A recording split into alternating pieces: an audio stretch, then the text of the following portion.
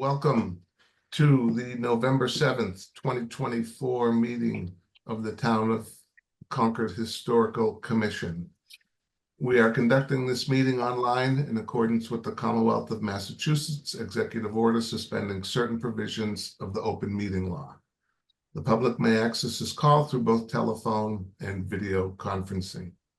Members of the public will have an opportunity to ask questions and provide public comment on topics and discussions following the presenter's presentation and questions from the commission. To do so, please raise your hand in the participant function of the Zoom meeting platform. My name is Alan Bogosian. I will mute microphones of those not speaking in order to preserve bandwidth, and it may turn off some video with the exception of the commissioners, the host, and the current applicant. I will call on the commissioners now for comments on the topic and then open the meeting for public comment. Once there are no more public comments, I will ask for a motion from the commissioners to vote on the topics. At this point, I would like to ask for a roll call from the commission members to make sure we have a quorum. Make sure members of the commission, would you please identify yourself? I'm Alan Bogosian. Melissa? Melissa Sawfield, present. Doug? Doug Ellis. Present. Lauren? Lauren Meyer. Nancy Frisella. Nancy Nelson. Nancy Nelson here. And I think that's it. And we should have a quorum. We should have a quorum. We have a couple of things on the docket for tonight. The meeting is officially called to order. And the first on the docket is the Section 106 review of 555 Hugh Cargill Road. And is it a roof-mounted PV system or is it a field-mounted? Sounds roof. Right, it is roof mounted, but it was under it looks like some sort of farming Farm. position. Yeah, is there someone presenting on that or? No, I guess not. So I gave you the application, and it looks like that area really isn't mapped in Macros. I know that the application mentions the Isaac Davis Trail, but when you look at Macros maps, the Isaac Davis Trail is nowhere near this site. It seems to lie between the Estabrook Woods and Middlesex School. Both of those areas are mapped, but it looks like it's a house from 2008. You all are more familiar with this town than I am, so maybe you know of issues, but I couldn't come across any.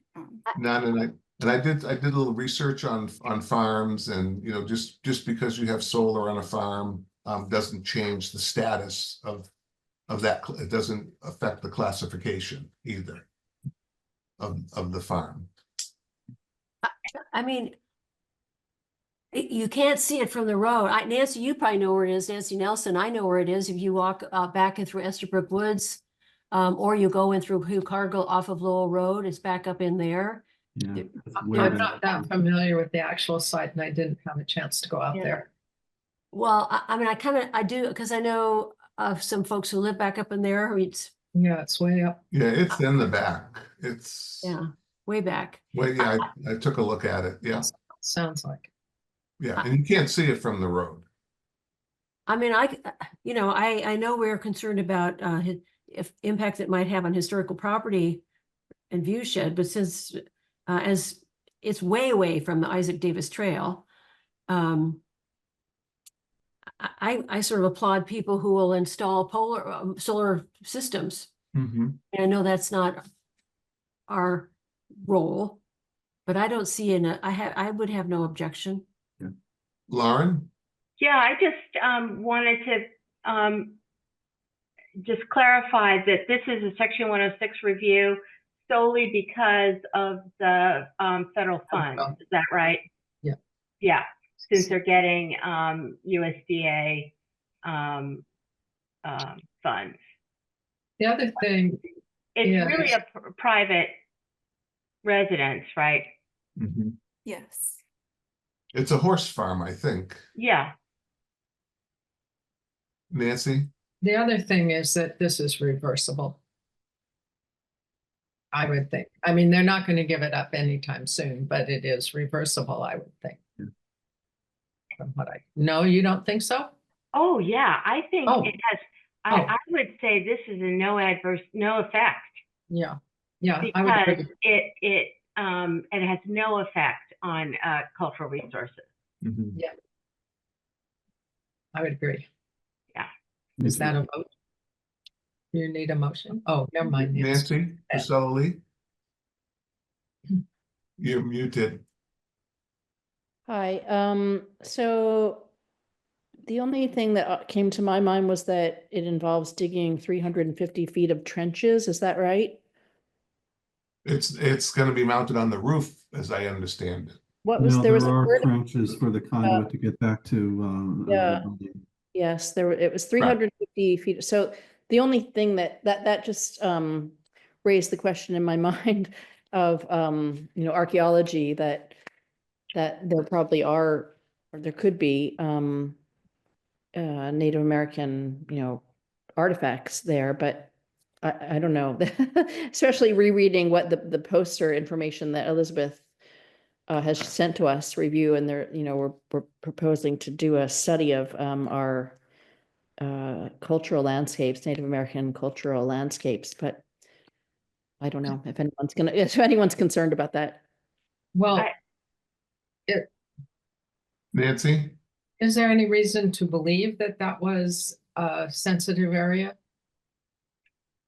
I don't know. It's just a that question we know of? in my mind. Oh, just because. something Melissa, being dug.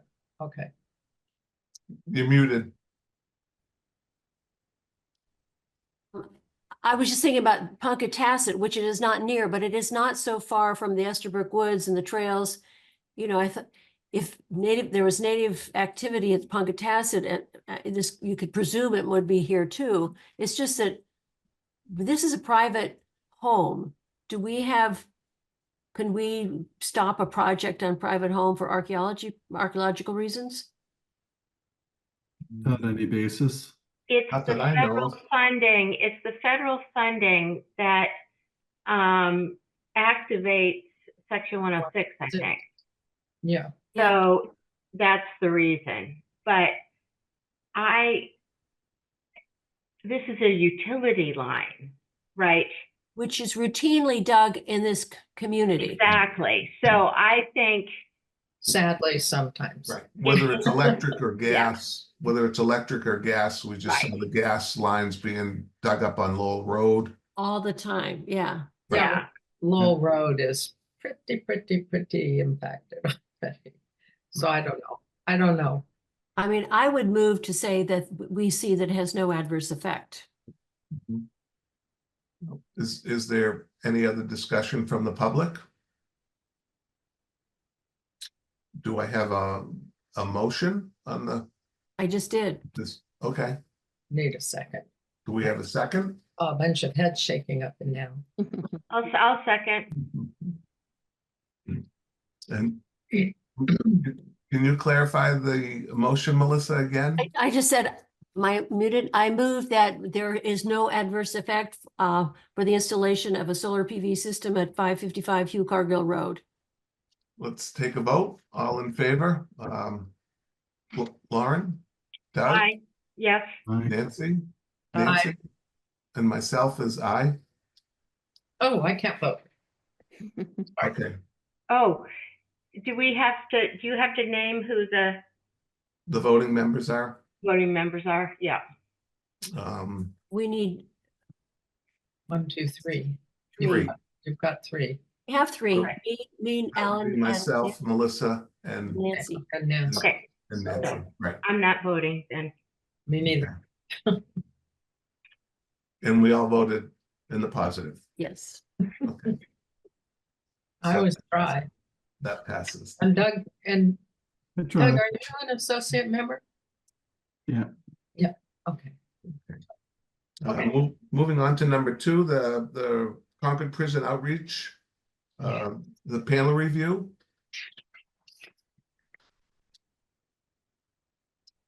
were you on that one, Nancy, or, It looks like Sam Williams is Sam. here. oh, Sam, okay. Hi, Sam. You're muted, Sam. I had to unmute myself. Hi, Welcome. thank you. Good evening. Hi. So I printed it out, the Mhm. panel, and I'm no expert on the history, but I really like the panel and thought it was really good. Are we into comments? Ah, there it is. Uh-huh. I have a question about how it would be mounted. Yes, so should I speak to that? Sure, Yeah. sure, go ahead, Sam. So first I want to say that Liz is traveling out of town. She's been working closely with us and others and has kind of become the quasi point person.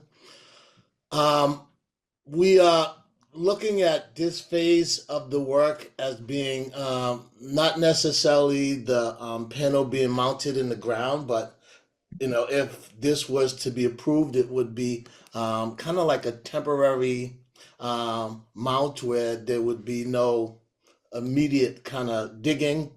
The vision is down the road again with the approval from the town and other key stakeholders. We would consider a second level of mounting, but this first mounting would not be, it would be a temporary. We haven't really even gotten into like the future because we're trying to first, get this phase and actually the construction phase in motion, which is still not at that developmental stage yet. You mean for the whole idea? Yes, yes. Yeah, This is and this is completely a draft. You'll see even with these flags that are kind of in the corner, they're a partial representation of the men and their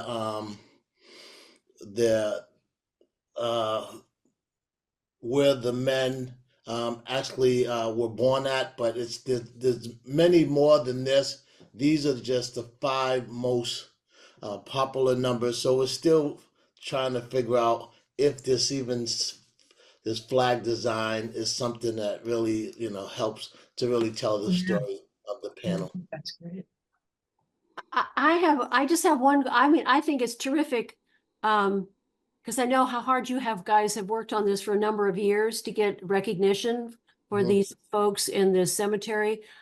Is this going to be along the rail trail, or is it going to be sort of more close? I mean, I think where I see it is right along the rail trail, right? Is that right? Yes, from my Yeah. understanding, there is the rail trail kind of, and then there is kind of the Department of Corrections, kind of property line. It's my understanding that this is part of, I think, not the Department of Correction, but the other state agency that oversees this part of the property. Is that the Department of Conservation Recreation? Yes, just to my understanding, it's really kind of Split. I think Yes. it's the Department of, the Department of Transportation is, No, Conservation and Recreation. I think it's transportation. Oh, is In it? charge of the rail trail. Mhm. That would make sense. That It makes is? more sense. Yeah, that would make sense. So I have another question about the wording. I know what BIPOC means, but I was just wondering about that terminology. How many people fully understand that? And if there's- Pardon? No, that's a good question. And we could definitely revisit this because what happens is as you know, we were doing the genealogical research. Some of the language that was used to describe the individuals wasn't always as clear as like black, white. There was, sometimes there wasn't a full description. I think that was to try to acknowledge that kind of not so clear definition in some of them. But you're right. I think most people won't know BIPOC unless they're heavily involved in DEI related work. So it's something that we could definitely revisit and maybe even Spell remove. out. Yeah. I mean, I would like, because some of these folks might be Native American or indigenous people. Yes. It just seems, in this case, it looks like a catch-all, and I know that's not what you mean. Yeah, no, I agree. I will definitely talk to Liz and really revisit. I think it was to try to acknowledge and represent that segment of folks whose identities and racial backgrounds wasn't really clearly described, but it can be confusing to some folks from the outside who might not actually know what BIPOC means. So I agree with maybe even removing it, because I don't think we wanted this to be heavily with a lot of language and stuff, and that definitely stuff stands out, and but we can address that. Thank you. Sam, what is the physical size again on the area? Do we know? I don't have that. I don't have that information. Liz has been kind of like the person really leading this, and believe it or not, I do have a city planning background. Oh. I have a master's degree in city planning from BU. Liz has been really spearheading this. I'm fully versed in all aspects of the project from day one, but she's been, so I couldn't tell you the physical. I don't mean to put you on the spot. No, that's fine. That's an excellent question. Nancy Frisella Lee? I have just a couple of questions. One, I have some, just some editing comments. Mhm. This isn't the final design, right? You can still work on this, is that right? Yeah, no, absolutely. We wanted to present this as a draft and to make any necessary changes that best satisfy what the committee thinks might reflect the best representation of this panel as it relates to the community. Okay, so these might be minor, but where under who is buried here, it says many were immigrants, and then in parentheses 35%. There should probably either be a hyphen there or something. Or because- period. Or a period, yeah. And then on the bottom where it says this cemetery is the final burial site for 218 men who were buried here, not there, who were buried here between 1878 and 1996. So those are just I'm just looking at this now on the screen. My other comment is because from other presentations that I've seen you give, we know the names of these people, right? Yes. So they're not on this sign, but are they marked on on site now? Are the names on each plot where everyone was buried, or?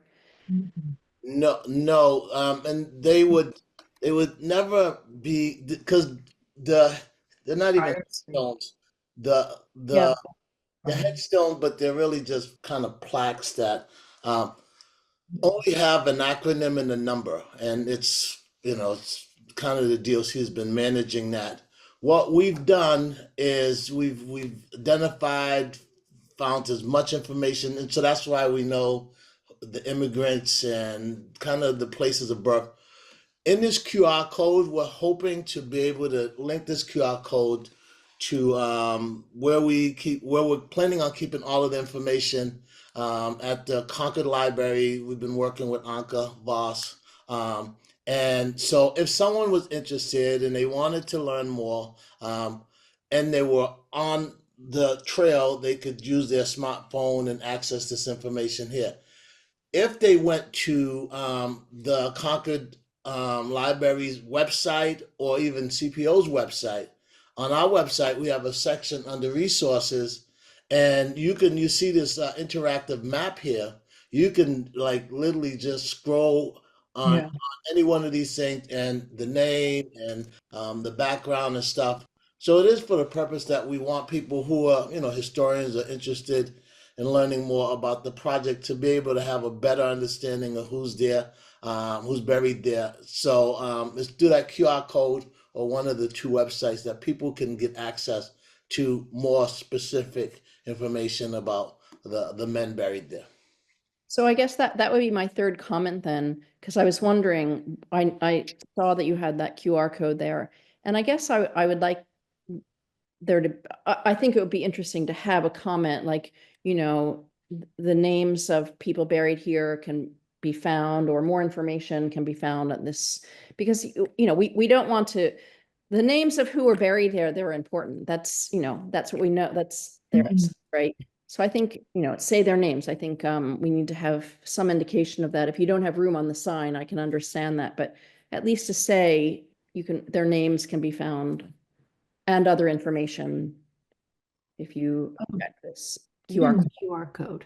Yes, we could actually do that. And we have a young man, his name is Steve. I don't know his last name, but his name is Steve. He's actually the one who come up with this design, and he's working with us and Liz to really finalize it. So all of these things that you all are saying, from BIPOC to the language to some language, I think that there should be some room there to say, for more information, click here or scan here. It does say something there, but I can make sure that we put clearer language.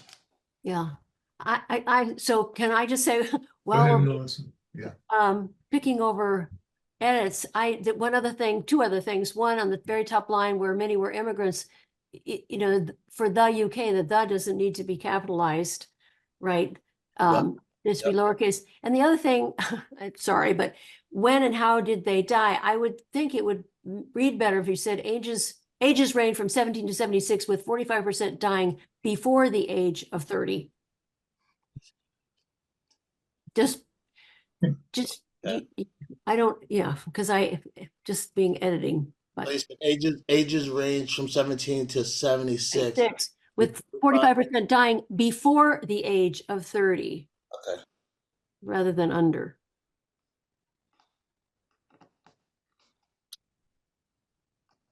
Okay. Nancy? I just want to clarify one thing. You're coming to us for general information and feedback. Is that correct? Absolutely, yes. Because we have no role in terms of saying yes or no or approving this, I don't think. Would think so. I don't think so. I And would- is that correct? I mean, I don't know what it would be, but we have lots of good ideas always. Always, And will then- no lack and of then- opinions. And then the only other thing was, I'm not certain, but I think there was a reason that the names of these people were not published, and that had to be with privacy. It's the same thing as saying other things about people after they're dead, and they can't say whether or not they agree with it or not. But I think that privacy issue did come up. Maybe families would not want that, but nobody ever claimed them. So that's just a thought, and I'm not sure I'm remembering correctly. No, That's all.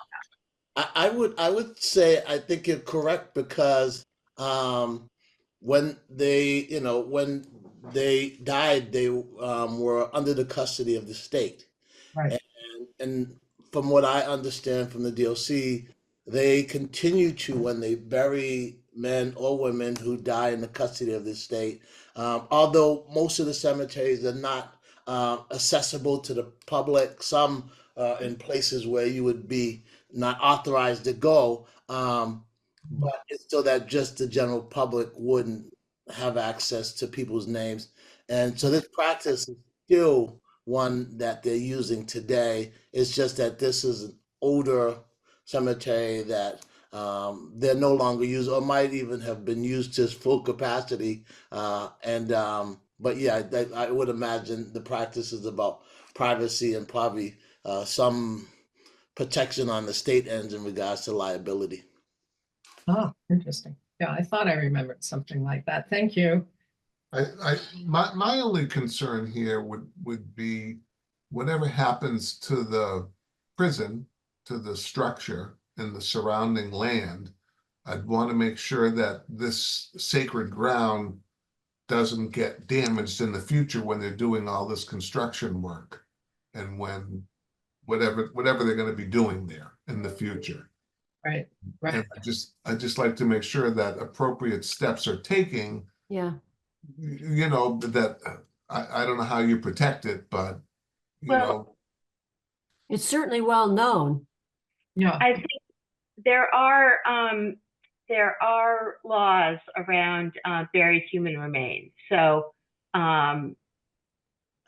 it should be, you know, if it's a known burial ground, it should be protected.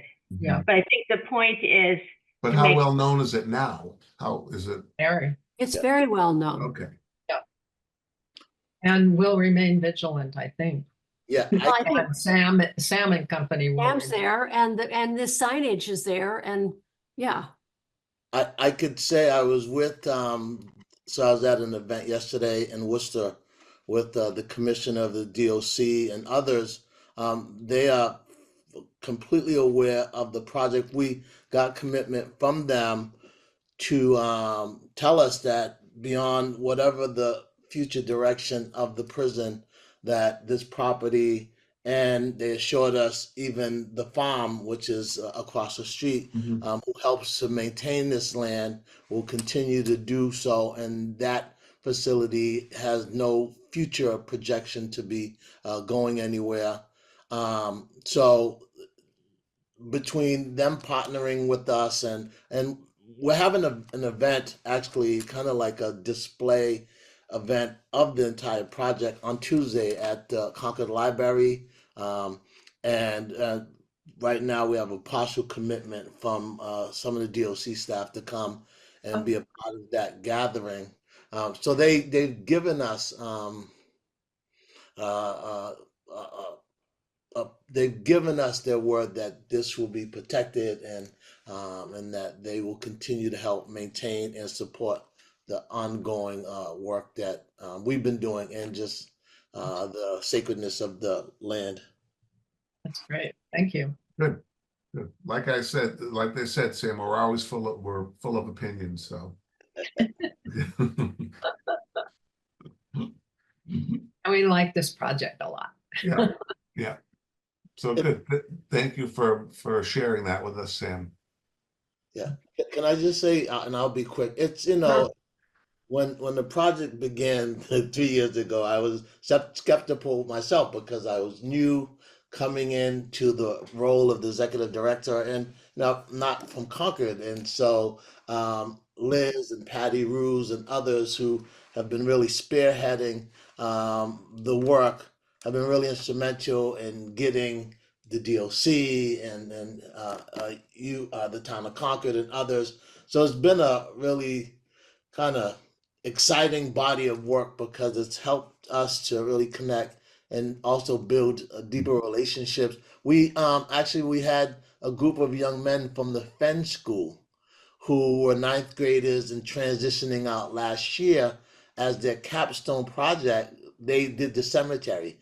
And in June, they invited me to the Fenn School, and it was 5 young men, and they had a full-blown presentation of what they learned. And one of the young men said, I think he lived in Lexington, he said how the project touched him was that now knowing, what they didn't know about the cemetery, he said there was a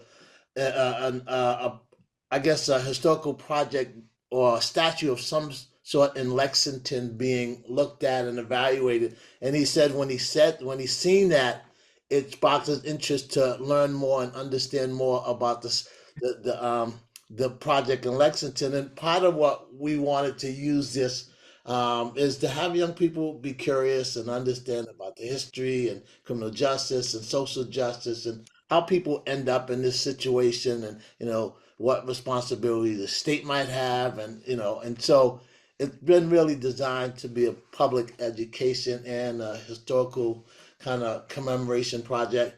And I think it's gotten there. It's still evolving, but more people know about it today than when it was first introduced to me years ago. Awesome. Yeah, the more we can get it out in the public, the more we can educate people, the better off we're gonna be. Thank you. So, thank you, Sam. All right. So should I jump off? Is that okay? Yeah. Sure. And that was great. Thank you. And if you all are free on Tuesday night, stop by. And I think we have a book. I just picked up a box of books, like literally all of the artwork, the biographies and all that. We just picked it up today. It's binded in a book. It's in the other room, but you can see it if you come by on Tuesday, and I could make sure that you get one if you do stop by. Thank you. Right. What time on Tuesday? It's gonna be at 6 o'clock. Okay, thank you. It's in my calendar. Yes, And- and remind me when you see me. You said you're gonna give me a book, and I'll make sure you'll get a book for sure. And Goodwin Library, Goodwin Forum, is that what you said? Yes. We'll see you on Tuesday, Sam. Thank you. Thank you. All right, bye.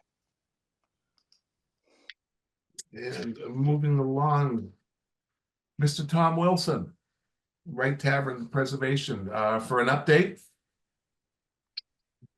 Yeah, this is kind of informal, and maybe Ann can probably help because I'm partially aware of what's happening, but let me just kind of back up a little bit. 400 years ago, we started developing a preservation restriction agreement. Nancy knows quite well, so is Melissa. 400 years ago? Yeah, it's a little Something like short. that. But anyway, it's a lot, because obviously it was part of a contingency to receive the CPC funding, but it was also something we really wanted to do because I'm thinking about beyond us. So we engaged it. We hired an attorney. We've been back and forth. Lynn Spencer, who was our preservation architect at the time, was hired a guy to come and do photographs of the place, and he prepared all the materials. There were somewhere in the neighborhood of around 150 items that he identified were of historic value. And it was very thorough. At the time, the building was occupied by Nishadi architects and by Compass and a few other people. So the photographs really kind of worked around desks and chairs and whatnot. The place is now empty, or not empty, but it's not more accessible now. But anyway, we went through all that process. It went to the Historic District Commission. I went to the Mass Historical Commission for quite a long time, and then they finally got back. And if I understand it, Annie, you can probably help me here, but they felt that the photographs were not big enough, and the font that they used was too small to be able to read. And so they wanted it all to be redone. And so it sat there for a long time, not being done. Here to report that actually about a couple weeks ago, the Spencer's team finally upgraded the photographs and the text for the first floor items, the first floor rooms, first floor area, and submitted that. And then it has gone now to the town council in Concord. They only did the first floor. I don't know if we need to do the whole building, but I know that was put in place.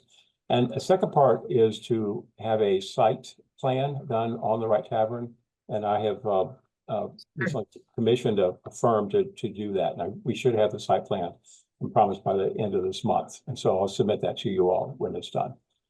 We're sort of waiting for the update review by the town council. I think the plan was, because we have a list of the items that are historic and we have photographs we can refer to, that those photographs would be sufficient. But I don't know what the current status is. So anyway, that's what I know about the preservation. Finally, we made a little progress. I mean, it's been sitting dormant for like a couple of years, it seems like, and so finally, I'm pleased to see we're making some progress, and we are as interested in getting resolved as you all are. And just to say one other thing, I've said this all along, we are operating as if it's in force. We're not anything, we have not done anything except that the structural engineers and the structural repairs and structural stabilization work did some damage or did some work on the third floor and obviously on the first, in the basement. I think you all have seen it, but you're welcome to walk you through if you like. So there were some, I'll call it, material changes to some of the items that would be historic, but was necessary in order to achieve the stabilization that was needed for the building. And that's kind of what we know at this point in time. And I'll talk in a second about some grants and things that we're planning, but I wanted to get this particular item, before you, brief you what's going on, and hopefully we'll be able to, the council is fine with that, our attorney was fine with it, we're fine with it. The question is the Mass Historical Commission fine with it? And that's kind of where we are. And Ann, do you want to add anything? Well, sure, right. So that's what I noticed immediately too, is that it is, we're making great progress, right? And to finally get the photos and get them enlarged. And Mass Historical had asked for the exterior and sort of overviews of each of the rooms. Mhm. So we have the exterior, we have the first floor, but the second and third floor, we don't have those overviews of the rooms. Mhm. And There are it seems photographs, like but they're there's very so much. small. Oh, sorry, go ahead. I'm sorry, we do photographs in a text that describes every element, but it's like 2-point font. I mean, it's really hard to read, and the Right. photographs are like 4 or 5 or 6 on a page, so it's hard to really. I mean, you can see where it is, but it's not. The first floor is a lot more clear in terms of what's necessary. Right. So maybe even just, shortening the captions and just enlarging them. There may be simple ways to get this accomplished instead of having to restructure the rest of them. And there are, right now, I think there are 69 pages. Mhm. So I was wondering maybe if Lauren knew if this is overkill, do we really need all of the little details, or can some of these pages be removed? And I'm sure Nancy Nelson has some thoughts too. Well, on how- 69 pages of photographs. I looked at some of them. That seems like a lot to me. Yeah. And I think the key is you want to capture the character defining features of the building. And the exterior is going to be really, really important. So focusing in on details on the exterior, I think really important. I came to the commission after this was really done. So I don't know all the ins and outs, but I do recall some discussion about there's some elements inside the building that are particularly significant. I think those warrant, but how many rooms are there? There's 6 on the first floor. Yeah. About So, the same on the And second those floor. are documented. Yes, The very well. historical features are documented. Mhm. so 12 rooms for at least 4 photographs. So for 50 photographs. Not so many. Yeah, that's at 2 on a page is 25 pages. Oh. So, plus exterior. Yeah, But I don't know. there's National also- Register standards are, full page, but never that many photographs. No. But this is a preservation restriction. So what it does is the photographs establish kind of the current condition. so Mhm. that you can evaluate any issues or changes or questions that come up, right, in future. Nancy? So, hi, Tom. Nancy? It's I been a know. long time. I was curious to know why only the first floor photos had been done, because there are significant features on the second floor and certainly in the attic, Exactly. as we saw. So am I correct that the second floor and the attic are still coming, and maybe even the basement? So it's a very good question, and I don't know the answer. Specifically, we asked from Spencer Preservation Group for all the photographs to be redone and for the whole thing to be put into. You did. You Yes, did ask yes. for And Okay. they gave us back what you all have. Which means I can go back. I think it's because we've sort of run out of the project and there's no funding, and so the question of like who's going to pay for their time to do that, but this was a responsibility as part of the agreement. So, but you know, at some level, I think it's important to be done. I'm just not sure Yeah. how to do it. And that's one question. So I Mhm. would certainly like to see the standard required photo documentation for all the floors there, because some of the items are going to be important to have a record of as changes are made on the second and third floor. I mean, and the last one is this is a hard one. What do you remember what changes in historic fabric were necessary during the structural work? I don't know. And that- was it documented what was removed or destroyed in the process? So mostly what I had is that there were beams that were rotted that had to be replaced. Okay, Both I've seen those. on the first floor, on the second floor, and on the third floor. And they also put a lot of there was a brick wall that was in the basement that was rotted and that was basically through Right. water or was deteriorating. So they replaced Okay. the brick wall. But they left the beams that were part of the brick wall. So the original fabric of the beam is 6 foot square beams. 6 foot inch square beams were encapsulated inside the brickwork that they put in place.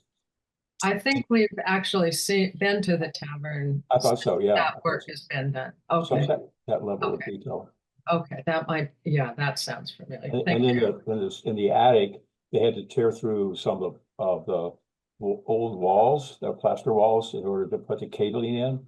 And they had to move some of the floorboards, but they Yeah. didn't destroy the floorboards. They're still there. They're just not attached. Yeah, I think we went on a pretty thorough tour Right. and saw. But saw I that don't, stuff. was the cabling done in the attic when we were there? I can't remember. Yeah, I don't know. I don't. I can't remember that, but It's really thick. It's pretty, exactly. I thought when we went there is when they described what they were going to do. right, Yeah, that's what I thought. It hadn't been done. You're welcome to come back. I'd love to show it to you if you want to. Yeah, I was thinking, Lauren, have you had a tour of Wright Tavern with Tom? Yeah, That would be important. No, I'd love to. yeah, I'd love to. Doug, I don't know, Doug, have you seen it? The I Tom, was there about a week ago, but I didn't, I can't say I got like a thorough tour. And, it would be, if you all are, I don't know about protocol, but also, we have a lot of plans that I want to talk to you about really at the next meeting, but that we have now funding for from several different grants. And Yes, would wanna that talk to you. I'd like to Some- know. there's certain things I need to bring to you, and other things I wanted to share with you, because just to get your, Alan, as you said, you have a lot of opinions, so always good to, I'm looking for ideas and feedback, whatnot. And there's a number of different projects that are being teed up right now as we define all that, but that's, so we can make that part of the same visit, or we can do it separately. I think congratulations are in order for the grant that you received from Yeah. National Park Service. Yeah. Although I'm very curious to know, the bridge referenced that you would be coordinating things with the Historical Commission and the HDC. And we're curious to know Right. what you have in mind about that, because Right. we had Okay, never that's it. even heard about it. We haven't seen the bullet points yet, Tom, on that. That's right, exactly. Well, that's what I'd like to be on your agenda for December, because that's the way we like to do it. I'm trying to get designs so I can show you specifically things that we're going to be in terms of modifications to nothing historic, but some other materials, but also specifications about. Let me back up 1 second. So the National Park Project funding, $521,000, covered 3 principal projects. One, the repair, preservation, and painting of the exterior of the building. 2, to build a fire suppression system within the building. I'll come back to that in a second. And 3rd is to address any of the water, plumbing, sewage, piping systems, that are in the building in its connection with the town. Some stuff does not need to be replaced, but some stuff does need to be replaced. That's the $520,000. We also got a MOT grant, the Mass Office of Travel and Tourism, for $150,000. That was a match to another grant that we got from the Lynn Foundation for $130,000. So we only have to generate $20,000. So we're going to be a $300,000 scope projects that will be 3 things. One is to, this is not going to be adequate, but to design and hopefully ultimately build a new entrance. We're going to have a lot of fun on that one. And the second is create a we call it refreshment center within the space, a catering kitchen kind of thing. And 3rd is that there are 6 doorways that are not ADA compliant, and we're working to try to get those compliant, and to use a methodology that was done at the Buckland and Monroe Tavern when they did Yeah, adjustments to the okay. side, to the doors. That's an old concern. Yeah, but it's so those are the, and then there's also some funding that's still left over from the CPC funding for upgrading our electrical system. So we're working on the electrical system. So those are the projects, and by the way, I mean, talk about the interior decorating. That's a whole nother thing. But that is what I want to share with you in December. So I have some things I can really show you.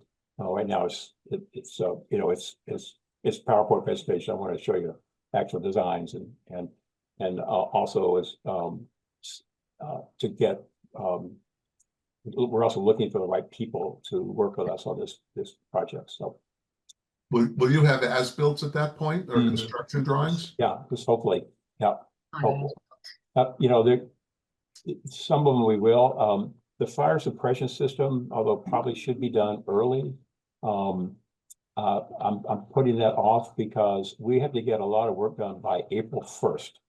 At April 1st, all work stops for obvious reasons. Right. And then we can pick it back up in June or July.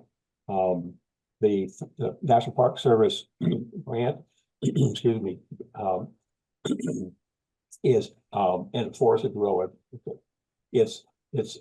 We have until I believe it's July of 2027 to utilize those funds. So I'm comfortable with that. There's a firm that I don't remember off the top of my head, but that is currently working on a fire suppression system inside the USS Constitution.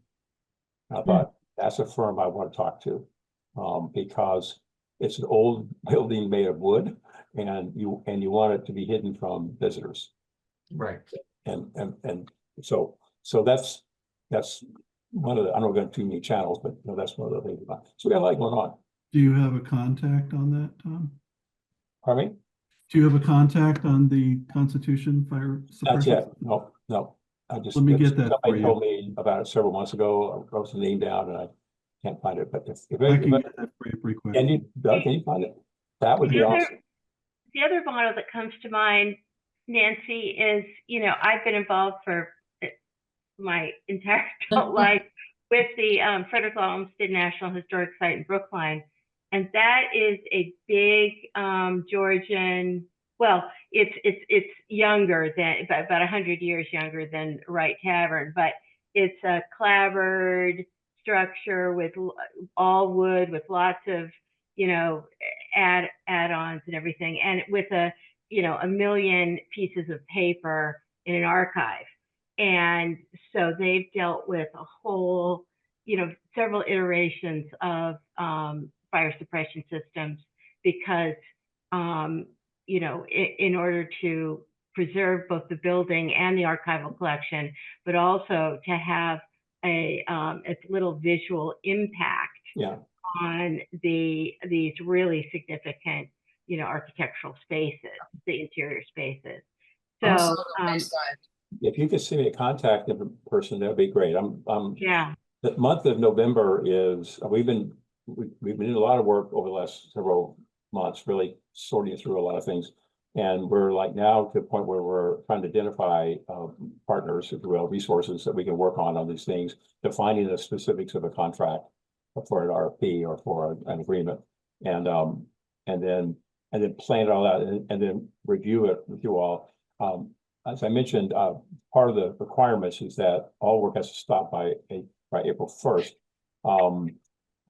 But I'm not, one thing that I let go of a number of, as I started this journey, is a deadline. You know, it'll get done when it gets done. It gets done when it's funded. I'd rather go slow and right than fast and wrong. And this mission of saying measure twice, a mantra of measure twice, cut once. I want to move slowly, and yet I want the place to be something that's really distinctive for the April chaos.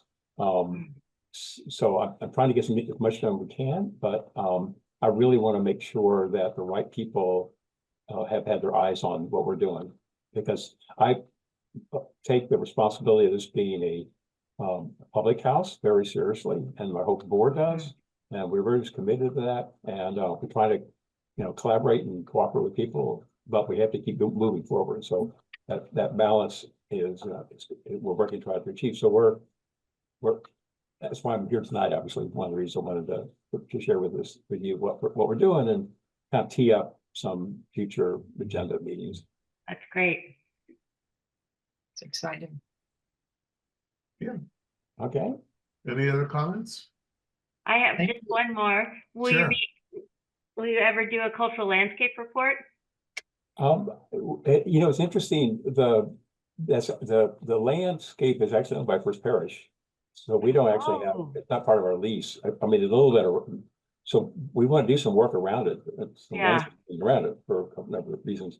But it's actually First Parish. I'd love for them to do it. You know, and there's, you know, we kind of know what some of the buildings were that were there originally.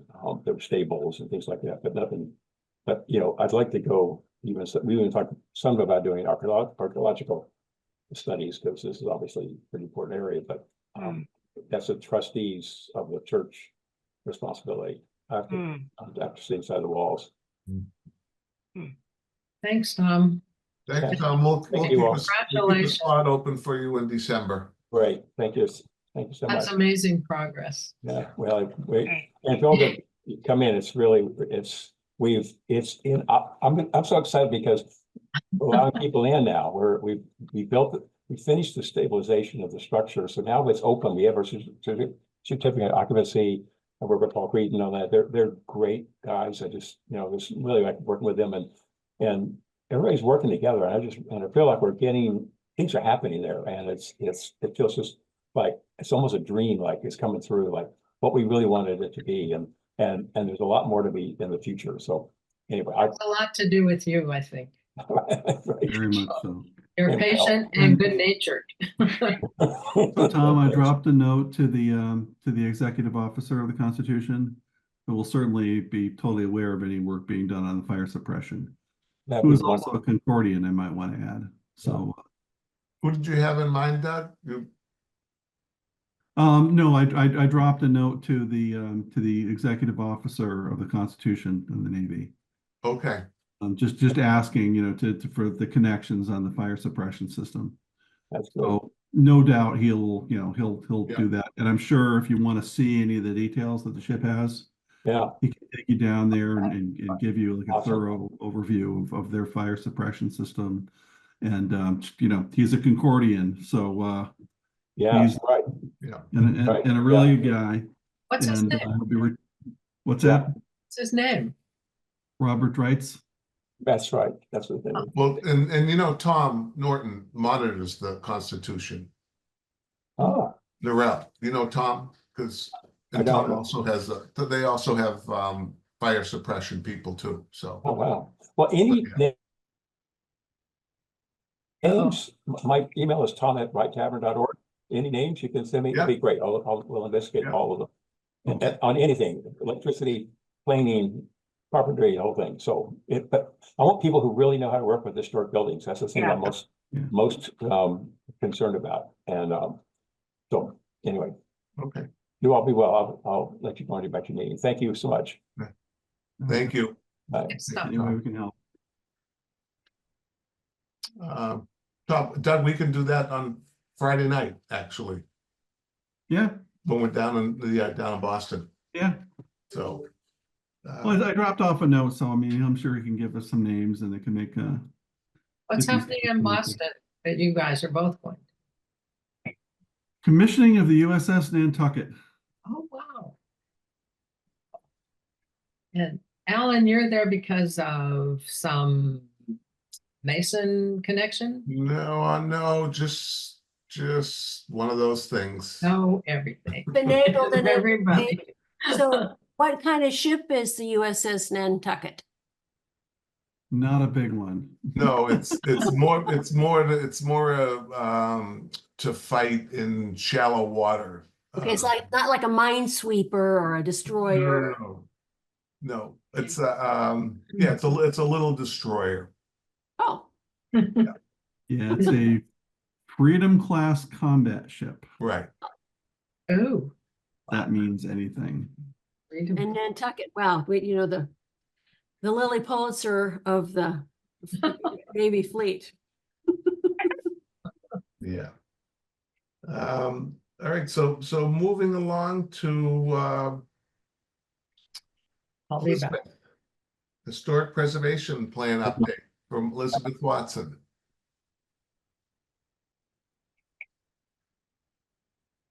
Hello, everyone.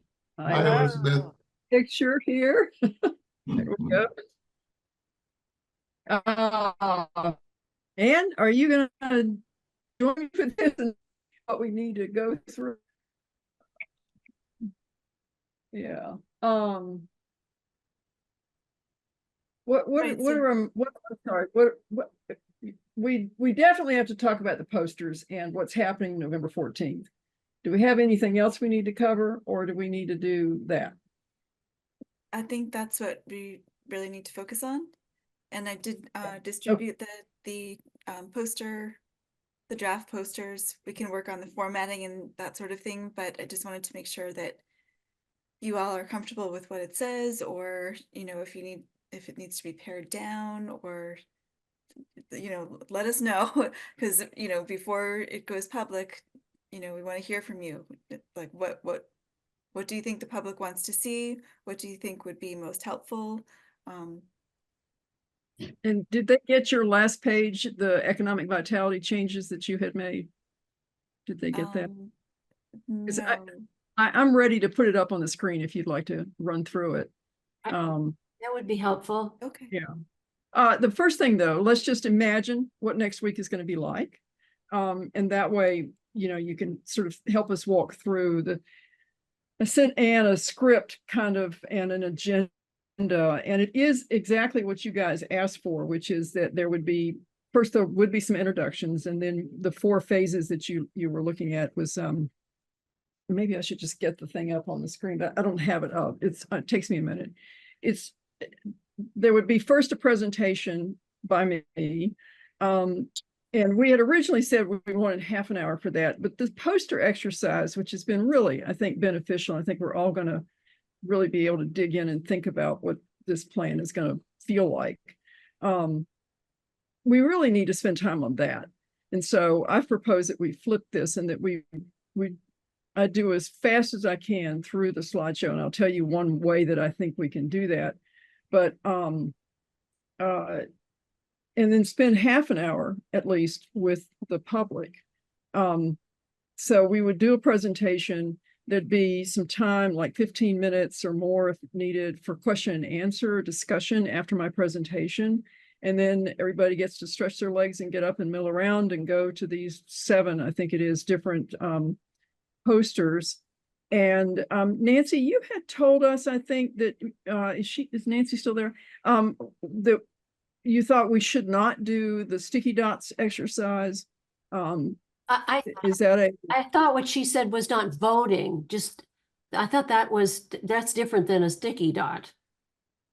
well, it looks like voting, sort of. I mean, it's Well, because I thought you were asking for comments, not necessarily. right. Well, there were there are 2 options, and Oh. one or both. And one is to pass out sticky notes, Post-its, the sort of big size, and let people write what they're thinking right Yeah. there, and put them up there for everybody to see. Nancy, is there something I should stop and hear from you? Hi, when I saw that you were proposing the sticky note idea, I'm not really in favor of that either. And I don't know, I haven't been involved in any of the planning for this forum, so I just have a few initial questions. Is how are we advertising so that we get an audience? Has that already happened? Because I've been away. I've been in Pennsylvania actually. So I don't know how we're advertising it. And also, I hope that we can get these materials out, put them on our webpage, because it's a really, I've spent all day as distraction against what's happening. I've spent all day looking at these posters and sort of rewriting them myself, just because I wanted to really think about them closely. And, I've spent all day looking at them. So I think people coming to a meeting and getting a half an hour presentation and getting all this information, it's not enough time to understand or think deeply about having a response to them. So I'm wondering about if that's going to make a successful forum or not. That's my initial, I have a lot more to say, but that's my initial comment. How, stop there. Well, let me walk through the agenda, and then let's get back to that. And if you have alternatives to Great. what we're proposing, that's great. Let's talk it through. And we can put I might want to bring it up in Word rather than what I have it in, which is a PDF right now. But if we want to do some edits as a group here in public, we can do that. But the idea is to make sure that everybody kind of gets a sense of the overall project, the outline of the plan, and then this material is really the focus. And it's, as you can tell, it's taking the emerging ideas to the next step. And after the comment period that where people would go around, and let's make sure that we're talking 2 different things. Post-its, which are the square 3M, sticky notes. And then there's dots, little bitty things in colors that you give people. You give them, right now there are 23 of these proposed actions. And we give them maybe 6 dots to have as forced choice. And I never enforce the trick that people use where they tear the dots in half or they put all their dots on one. And, it's just a visual to sort of get a sense from the people in the audience as to where they think we should spend more time in the plan, more space in the plan, whatever. So, and then at the end of the night, then we stand up and we talk about what we're all seeing. And, this roughly about an hour and a half is the goal. I'm not sure we can hold it to that. Depends on how many people are there. If there are few enough people, I would like to have, 10 to 15 minutes just knowing who's in the room, just, what the names are. And so that, because this is a collective action. This is not us telling them what we want. We're giving them where we are and asking for their participation in thinking through, just as you've done today, Nancy, is, working with the material. I do think that there are 2 ways. We could post these in advance, or we could at least give them as handouts and send them out and then post them afterward. It is a hybrid meeting. It has been posted I think Ann on the website and Melissa, I heard you say this morning, the League of Women Voters, I think it is putting out an all points bulletin that this is happening. So that the word's getting out. If there are other things, you all need to talk about that. But what we are saying is that it's a hybrid meeting. And so we do have to account for the fact that there will be people there to, like here, to hear us, but they would not be there to participate with Post-its and that sort of thing. So, you know, we need to come up with a procedure for that. And therefore, the people who are in the room can, you know, do just what the people who are out of the room are going to do, which is submit comments later, you know. And we give them a deadline and we say, we want to hear from you in a week or, you know, 2 weeks or whatever is useful, and we'll just go from there. Ann, do you have any further thoughts about some of this before we move into all of this? You're muted.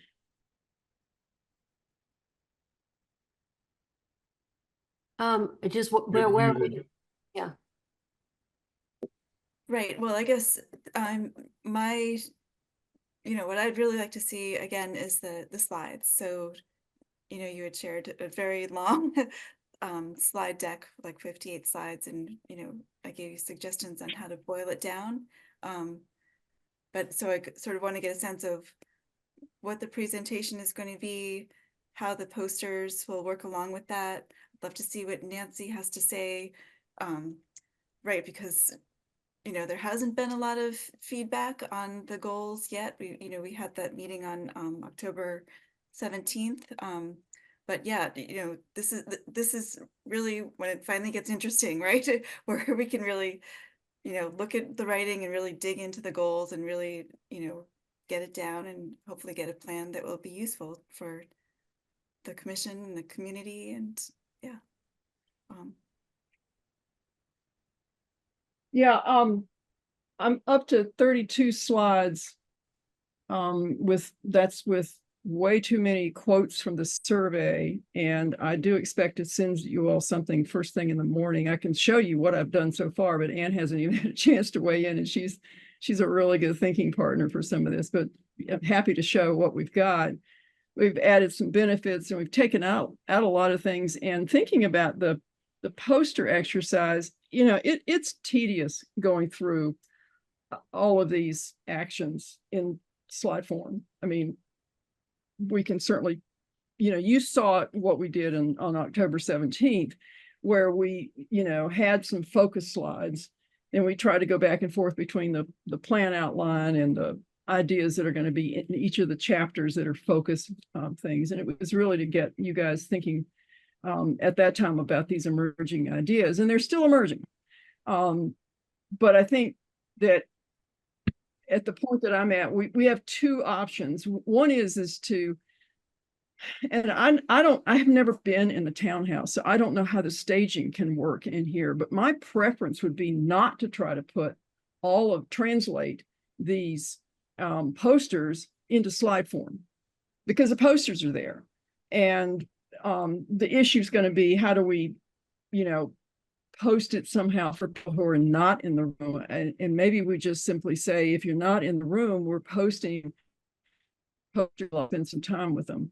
The idea that I had was that instead of forcing people to sit through a vast slideshow again, because this is pretty good to get it down to 32 slides, and that includes a fair number of slides that are now sort of benefits. Ann showed me how to cut it down, but then asked for some things on benefits, and it's been an interesting exercise to do that for you all, and very pleasurable actually. Why is preservation necessary in Concord, and what are the public values and benefits from that? So we have some of that to start with, and then we launch into what has the project done.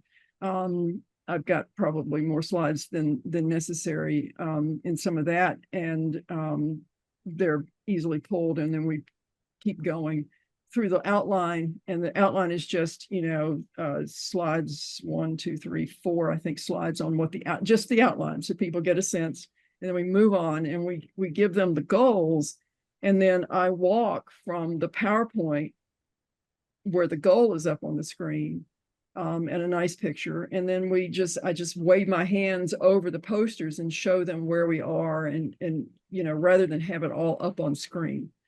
Because it's repetitive and it just, you know, I feel like I'm dragging people through mud when we do 23 different actions on a slideshow. So that's my thinking to this point, and I certainly am eager to hear what you all have to say about some of this. Melissa?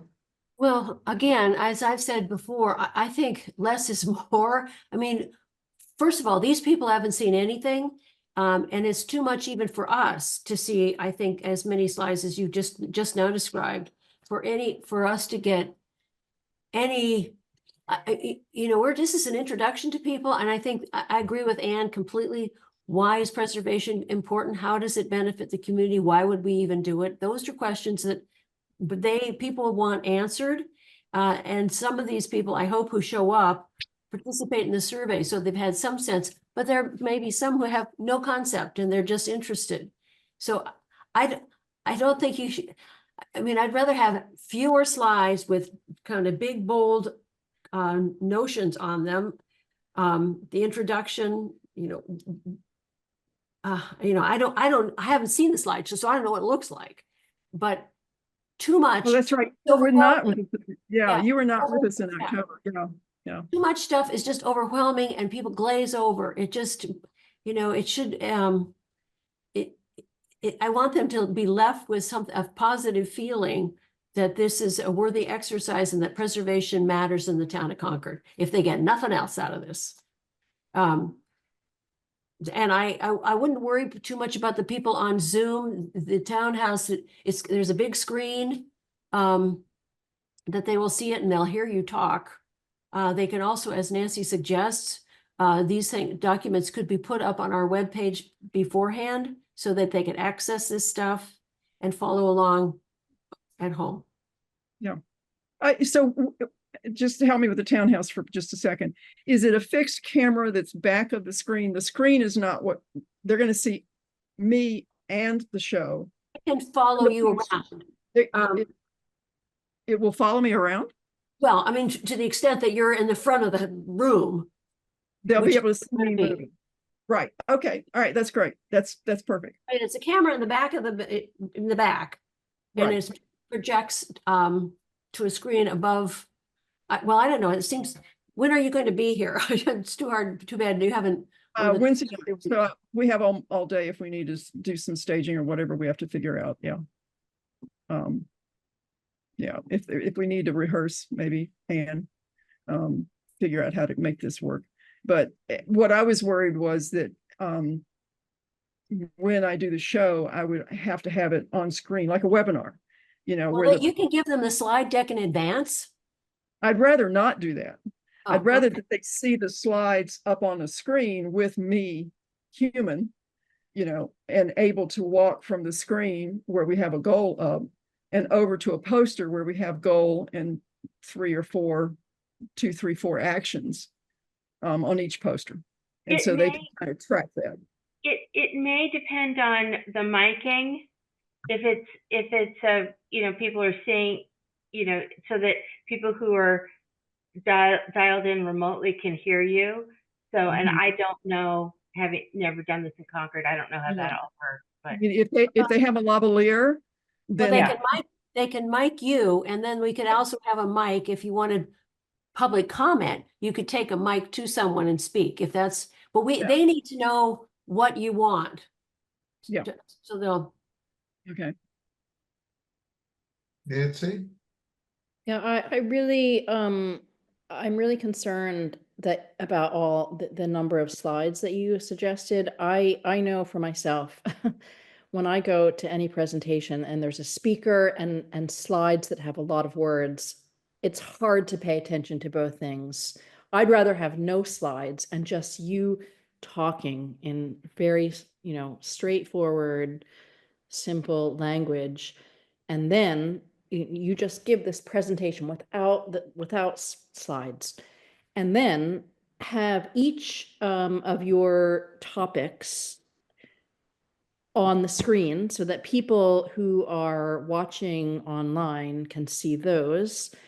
And then I don't know how many people we're anticipating being at this meeting, but if we print double-sided, like I counted it 7 pages. I don't know if we double-side your posters, if every single person who attended, I mean, I don't imagine that we're going to have many people coming to this, maybe, 20. I just don't know. What do you think, Melissa? Well, I know that there's competition big in this evening.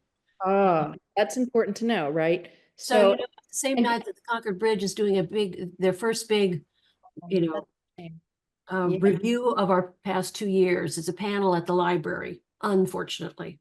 A shame, yeah, because what I was going to say is if, we don't want to print out 100 copies of this, but if we could, I mean, I could even bring my printer and quickly print out right on the spot copies of this if we needed more. But if we had 20 copies, say, and then people have that to make their notes as you're talking through them, I just think that Which is kind of a classic way to do it. Yep. it's simpler. Lauren? My thought is this, and I agree with you to some degree, Nancy, but I do think an organized, I love a good presentation. So, and I think that it can give you a visual cue about what the topic is that's being discussed. And I think to have some beautiful visuals are good. I think avoiding slides with lots of words is really important. I think overall, there's too much text for a public forum. And I think that we as the reviewers and the participants in the plan, we want that text because we want to get into the nitty-gritty.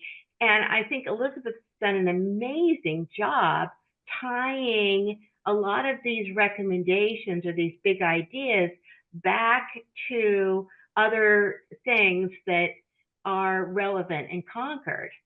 But I'm not sure we need all that detail for this. So I would keep the topics really punchy, cost effective, and, get CHC in the planning process and discourage, tear downs. And, it's just, really, really short and sweet bullet points. You can elaborate more, verbally, or if someone has a question, well, how does this relate to,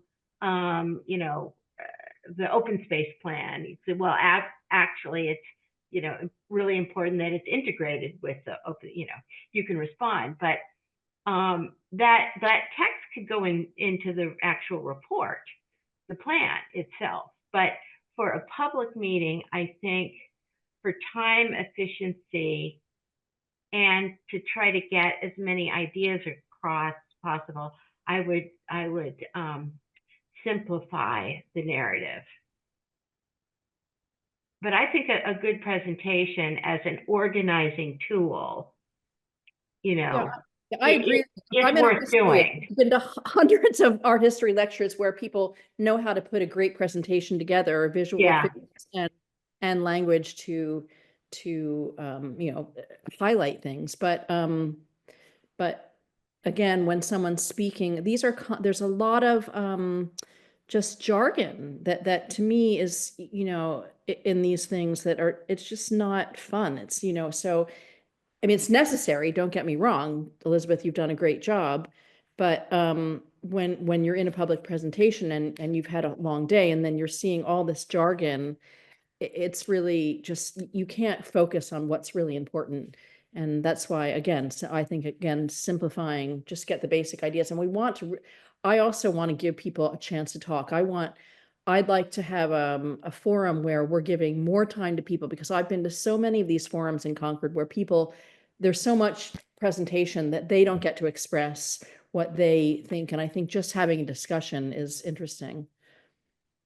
We have such people in Concord who have a lot to say, and the people who are going to show up to this are going to be the people who are really, really interested in Concord history. Right, and they like to be together. They like to be together. Right. Yeah.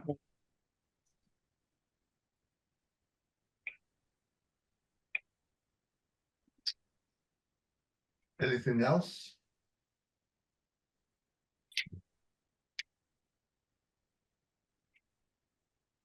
So Nancy Frizzelli, do you have sort of a shortened version that you would recommend Not a for us to shortened use? version. Or? I just did it too. Listen, I was just trying to distract myself today. So I just went over the language and I did try to shorten it, and it's hard to shorten it. Yeah. So, but I did try to condense it because I think there are a couple of times where things occur in one category where they've already occurred. So I can, I'll go over that and forward it, and you can just compare it to what you presented and see if you want to adopt anything that I've thought about. It's nothing, really major. So, Great, yeah, thank you. yeah. I hope that maybe on Thursday morning, it would be a really good idea for us to get together, some of us to get together a couple of hours before the presentation over lunch or something. I don't know what time Elizabeth's going to be here, and just plan for the meeting. Well, I've left the entire day because I don't like trying to come in on the same day as a big presentation. Yeah. So I'll be there Wednesday night, and I have the day open. We're going to try to get a meeting with Megan Zamudo, but otherwise we have the day is open to design around these ideas. It I'm would, willing to help you, whatever you need. also, Melissa? well, it'd be helpful to understand exactly how you wanted, so that we could talk to the people at the Minuteman Media. I work with them with the league, so I know them. I know they have standing equipment in the townhouse in the hearing room, but so they understand what it is what is to be expected, and maybe if I don't know if we could pull it off to have them be there at some I point. think they're gonna need that They anyway, will be Melissa. there. I think they're gonna need that beforehand anyway. They're gonna Yeah. need So a format. they need to know what they're filming. I mean, they're used to seeing a public meeting in there, and having more people, multiple people mic'd, but I don't know what to tell them. So, Do you I mean, need Ann what- and me to be on the phone with them? Is that how we well, should? I mean, maybe I could talk to Ann tomorrow if you guys have talked this over, so I have an understanding of what it is you've got in mind. And also, so you know what the room looks like. You've not even been in the room, right? I'm wondering, do we have wall space? Well, first of all, are we going to have comments from the public only verbally and no one's going to write anything down for us? I mean, I don't know. This is the first we've talked about it, so I think. I mean, I haven't.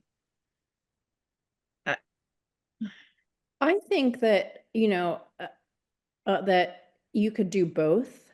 And I think a little bit of flexibility, you have to I know this might not be what you want, but a little bit of flexibility to see who your audience is, and when they start speaking and asking questions, to see how much how much these people have spent time thinking about this already, or if they're coming to it from a completely, outside perspective, that they're coming at this completely new.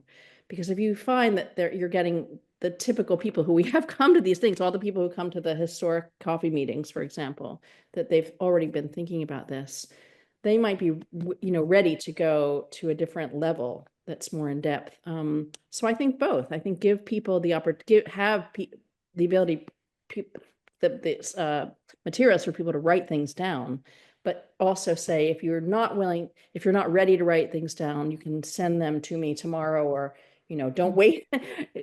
Put your thoughts together and have time, because I always need time to go back and think about things. I don't like thinking about things, being forced to say something really important on the spot. I mean, I can, but I prefer to have a day to think about it.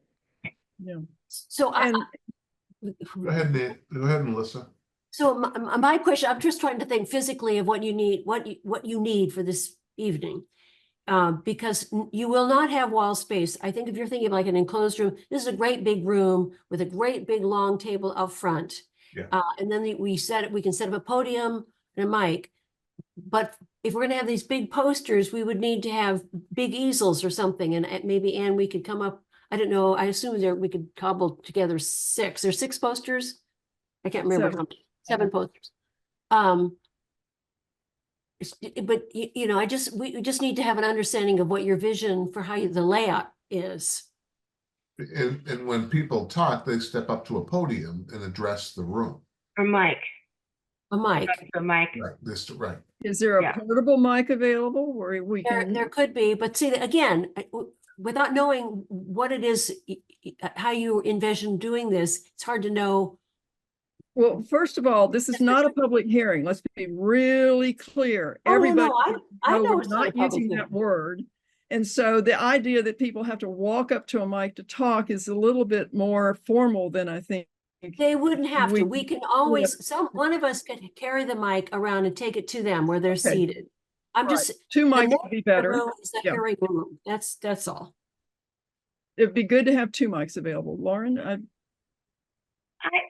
I'm confused, because if this is a public meeting, it's not a hearing. I understand that. So No. we're not voting, we're not, No.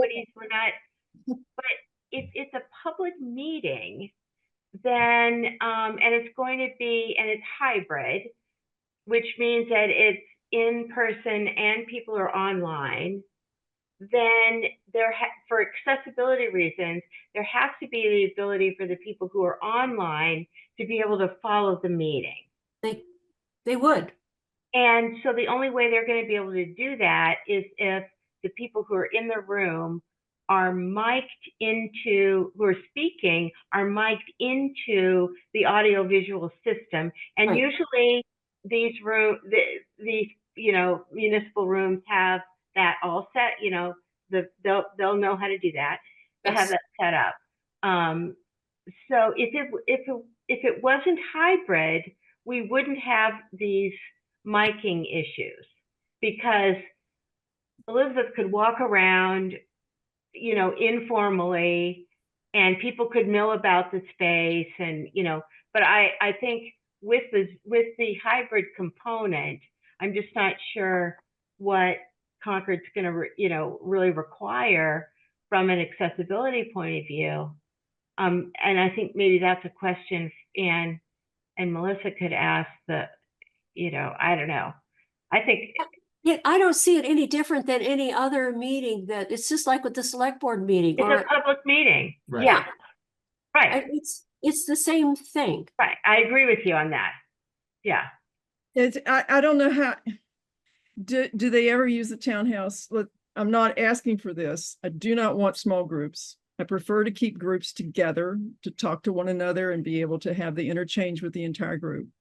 There are ways to use that, but what I'm asking is, are there times when you have these meetings when things break up a little bit and the people who are on the, watching from afar are just watching, the interchange and the interaction, but they're not able to participate. They're not going to hear it.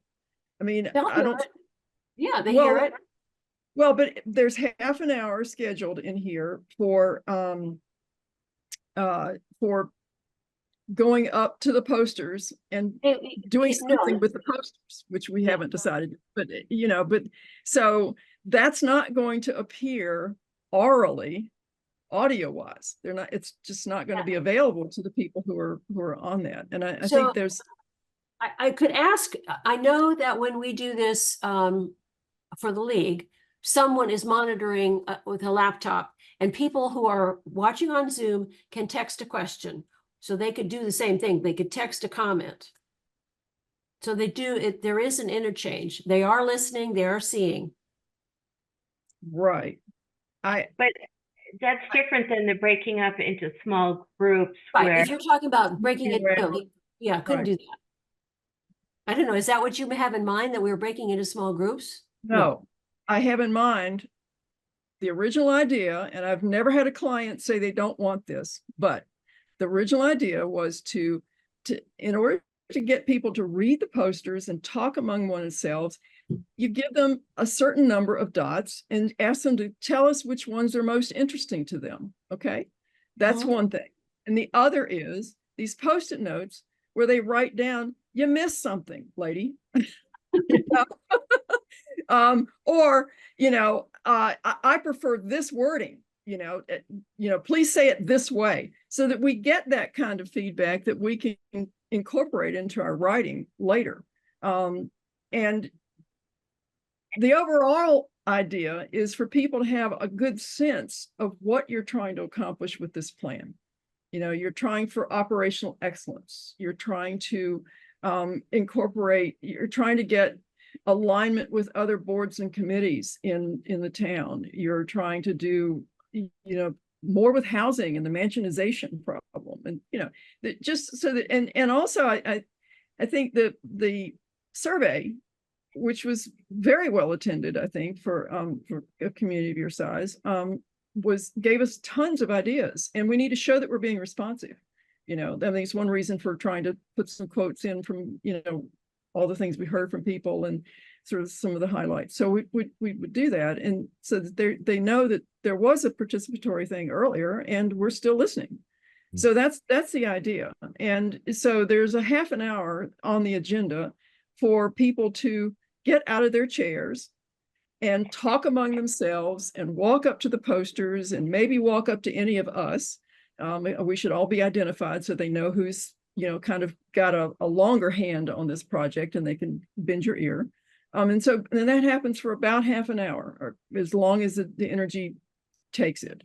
We certainly don't want this to go beyond 2 hours, and preferably an hour and a half. Everybody's happy when it's less than that.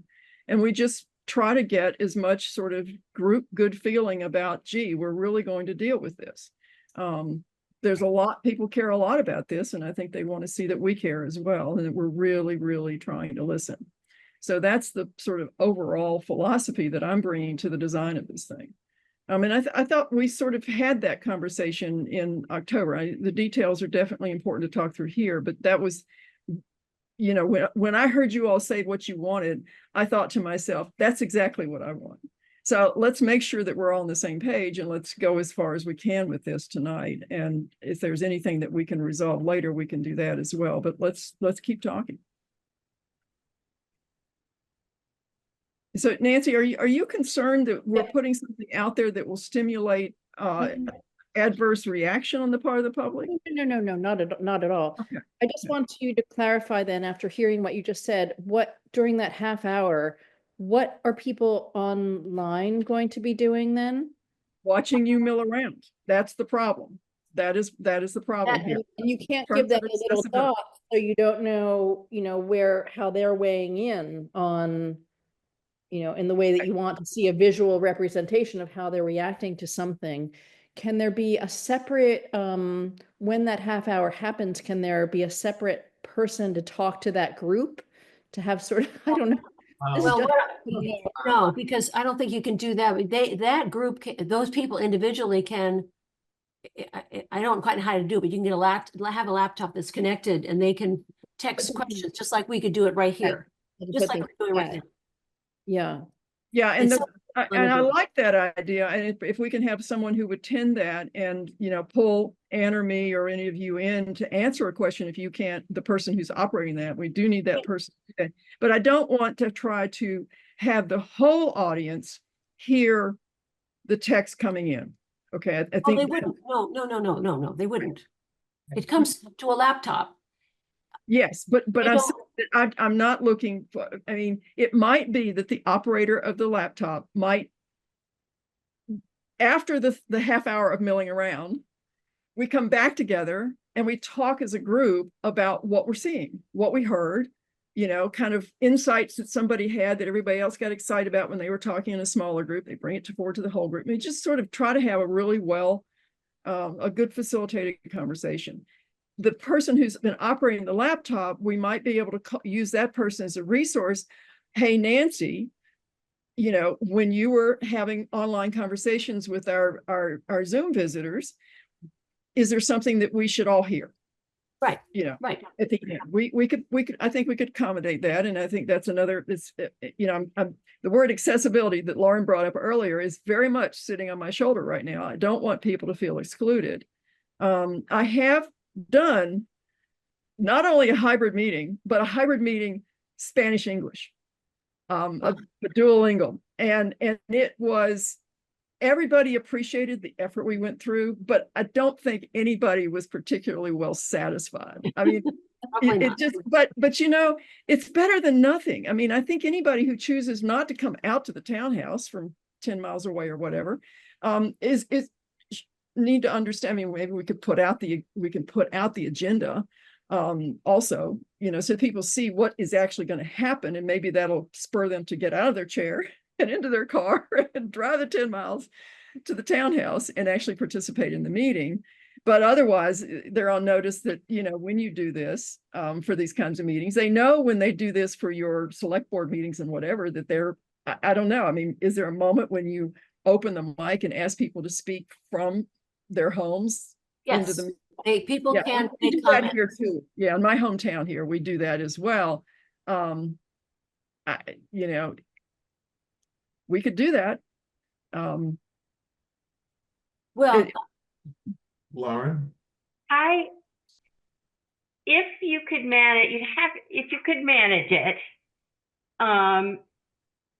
time-wise. And let's say you do a half an hour intro, half an hour milling about looking at the posters, and then you come back and there's a basically Elizabeth is chairing a facilitated conversation about here's some of the findings from each, summarizing what the milling about conversation did.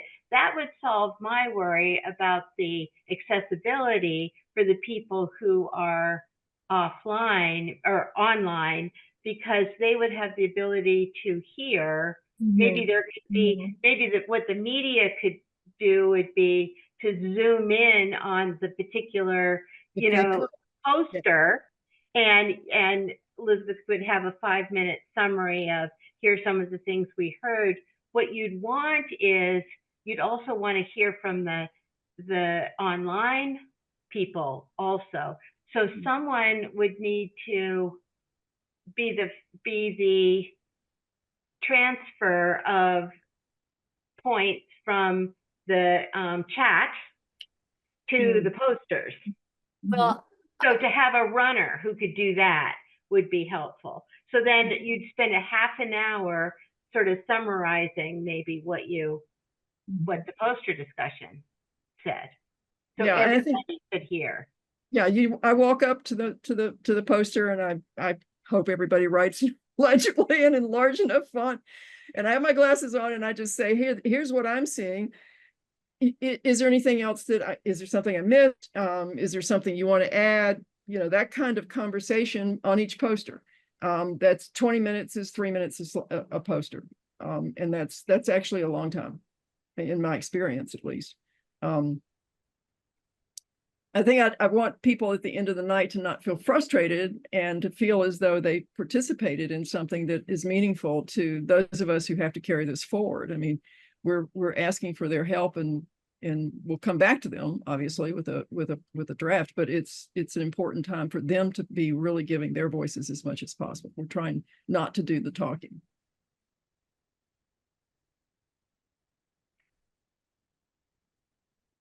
Right, certainly the online piece complicates things. The agenda hasn't been posted yet, but I know that, you know, the flyers did have a Zoom link since Melissa had suggested it. I'm wondering if I think we have to do a Zoom thing. I think what I would help, you know, Anne, maybe, I don't know, what are your hours tomorrow? I could come in, we could talk it through, and then I could talk to the folks at Minuteman Media. I don't, you know, this is not camera work like you see on the news media. This is, I think it's fixed wing. Yeah, that's a great way to put it. Exactly. Yeah. Which is why I was saying they can pull up they could show a slide, the poster, something else, the slide. So I'm just trying to. So that's a solution, actually, is in when you get to the summary, what goes up on the screen is just the text from the poster, and Elizabeth is talking through what the comments say. That's why I'm asking if you have it as on a slide deck that they could have, and you tell them, you put it in the order that you want it. So you're suggesting that at the end of the slide deck, we give them the 7 posters clean and that they would have that up there? Because there's no way that they can, yes. Yeah, but because they're you- not gonna be able to zoom in on a poster that's I got, don't think so. No, I mean, there's like you're standing there, they can show the whole room, they can see a person who's speaking. You know, we take the mic to them. But if you have already prepackaged your slide deck, what you're presenting to them and talking, and the slide is part of the you're illustrating your comments. Then you get to the end, and then they could put on just a pretty picture of Concord while you go through an exercise. Then when you want to come back to talking about the different posters, they can then bring up that posters, the clean poster. It's not going to have any stickies on it because it's going to come from the slide deck. And you can talk about what you're seeing that people have put on there, who are people with the sure. audience. Well, and in fact, that's actually a solution also for the idea that I had where we were going to try to avoid putting the posters into the slideshow. So we have a beautiful slide that says, here's the goal. That's the writing that's at the top of each of the posters. We'll have that in the slide with a nice picture. And then we'll throw up, you know, the first round of the slide deck of the posters. The poster goes up clean, just as you say.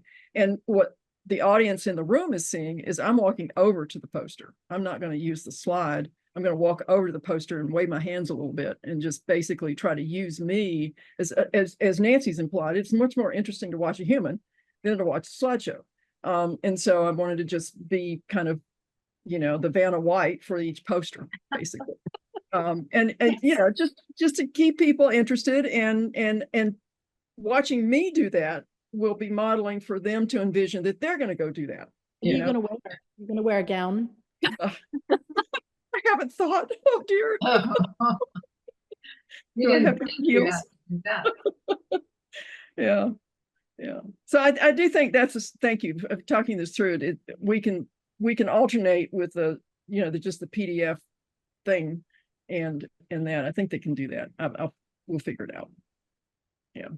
But we need they need to have advance warning. That's why I thought maybe I could come talk with you, Ann, tomorrow. Sure. So that we have so I know what they need to know what's the story.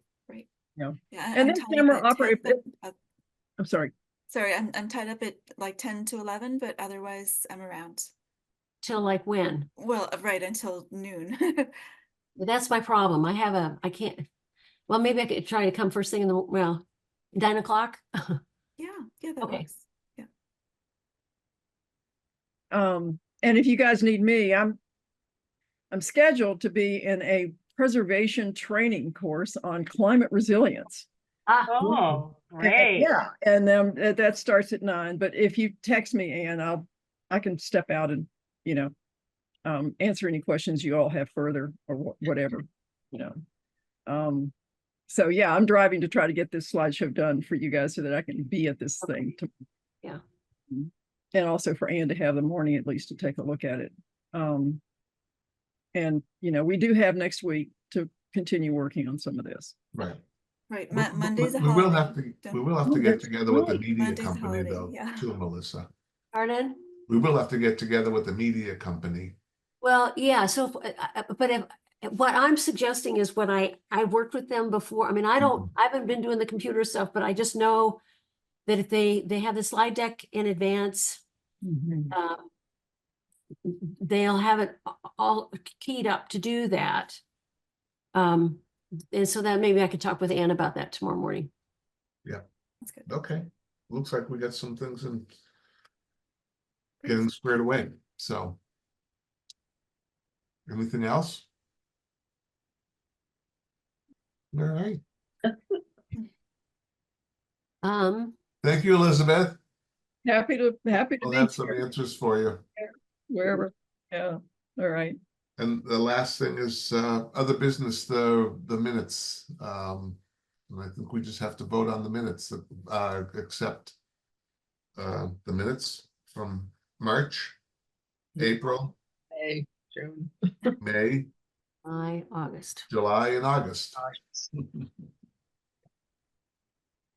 we have to make a motion for that, Ann? Well, I will, I mean, I read through them and I have to confess, I don't remember if they look pretty accurate to me, so unless anybody else has some corrections, I would make a motion to approve the minutes of 3:14, 3:28, 4:26, 5:9, 5:22, 7:11, 8:15, 24. Second. All in favor of accepting the minutes? Melissa, Oh, aye. Alan, aye. Nancy, Priscilla Lee? Well, we didn't have a discussion with this before the motion. Well, you had, I just want to say, we are way behind on the minutes. And I spent all day on this. I've been away. I did not read the minutes. And so, I did, okay. yeah, Maybe- I read them. I spent the whole day, I was spending time on historical commission stuff all day today, but not on those. So I guess unless somebody else read them, Nancy, if you read them, I maybe. read them also. So I can vote and just approve but I just have to qualify that I have not read them.